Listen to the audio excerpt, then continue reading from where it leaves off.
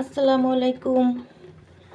আমি আজকে সামান্য রান্না করতেছি। অল্প কয়টা পোলাও রান্না করতেছি। একটা ভাতের পাতিলে আমি আজকে পোলাও রান্না করি, অল্প অল্প সামান্য একটু আয়োজন। এখানে 3টা ডিম কোরমা আছে, আর ওখানে অল্প একটু পোলাও আছে। আমি পোলাওটা ভাতের পাতিলে রান্না করতেছি।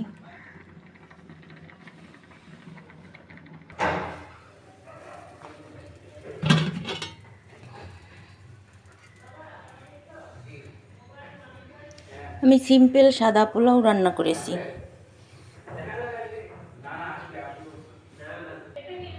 পোলাও রান্না করা শেষ হয়ে গেছে। এবার আমি পেঁয়াজের বেরেস্তা দিয়ে দেবো।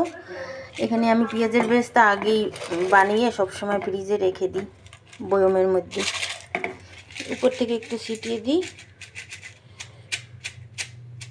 ব্যাস পোলাও রান্না করা শেষ। আজকে আমি ভাতের পাতিলে পোলাও রান্না করেছি। চুলাটা বন্ধ করে দিই।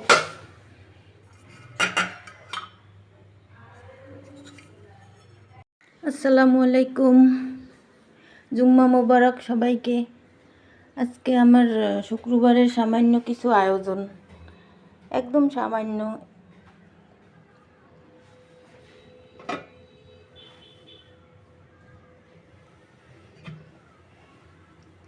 আজকে আমি ভাতের পাতিলে পোলাও রান্না করেছি।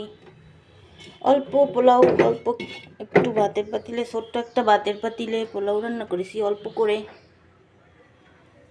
আবার এখানে একটু ভাত আছে।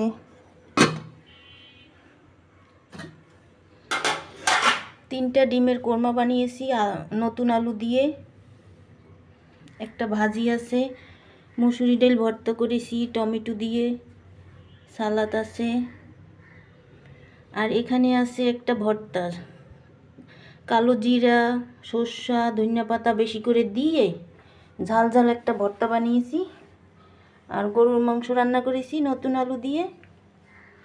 এই যে আজকে সামান্য কিছু আয়োজন, একদম অল্প করে রান্না করেছি, ছোট্ট পাতিলে অল্প অল্প রান্না আজকে।